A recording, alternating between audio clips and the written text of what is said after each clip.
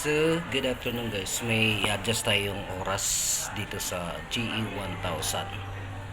So, unang i-adjust natin digital. Siyempre, digital. So, take note guys, baka may mga watches kayong katulad nito sa mga kilala nyo or kung ano man, mga kaibigan mo. Pwede nitong gayahin. So, unang-unang i-adjust natin sa digital. Digital is dito sa adjust. Ay long press natin konti. Pag hinihintay, pag nagbi-blink yan. Yan. Pagka nagbi-blink yan. Pag nagbi-blink, so ano yan digital. So dito natin sa mode. Pindot natin. Pindot pa 12 hours. So oras yan. So dito natin pipindutin sa search. So ang oras ngayon is 3:52. So 3:52. Yan. Pagkatapos sa search mode ulit para sa minute hand, sa seconds 52. So malayo yan sa 7 dito sa taas para malapit-lapit na 52. Yan. Yan. Tapos mode ulit. Year. Pindot ulit dito sa search. 26 ngayon. So, 26. So, long press lang. Pwede mong long press. Pwedeng individual siya. Mode ulit. Dun sa to guys. Sa months. 2. Tapos speed siya. Uno nakalagay. Ngayon is 27. So, pindutin natin. Shortcut ang tawag dun. Dito sa taas. Yan, 27. Kasi pag doon sa uno, malayo pa.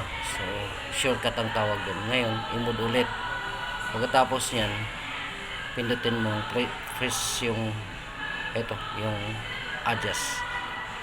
Hayaan mo siyang mag-reverse yan, yung kamay.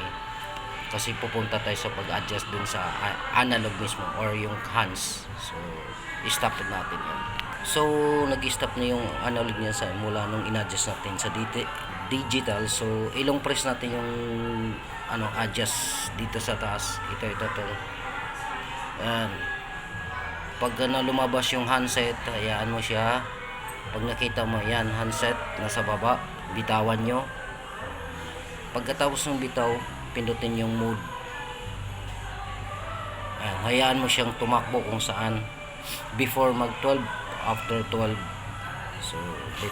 So hintayin natin yung mag-stop yan.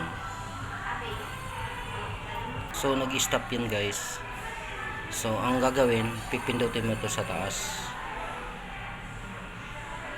Pagka actual kasi, ito yung pindutan sa lights. Ito. Pagka nag-adjust ka ng analog digital, pwedeng gamitin mo to siya dito sa taas para ibalik natin sa 12 o'clock. Yan guys. So mula nung pinindot natin dito, malapit na. So pindutin ulit para makarating ng 12 o'clock mismo.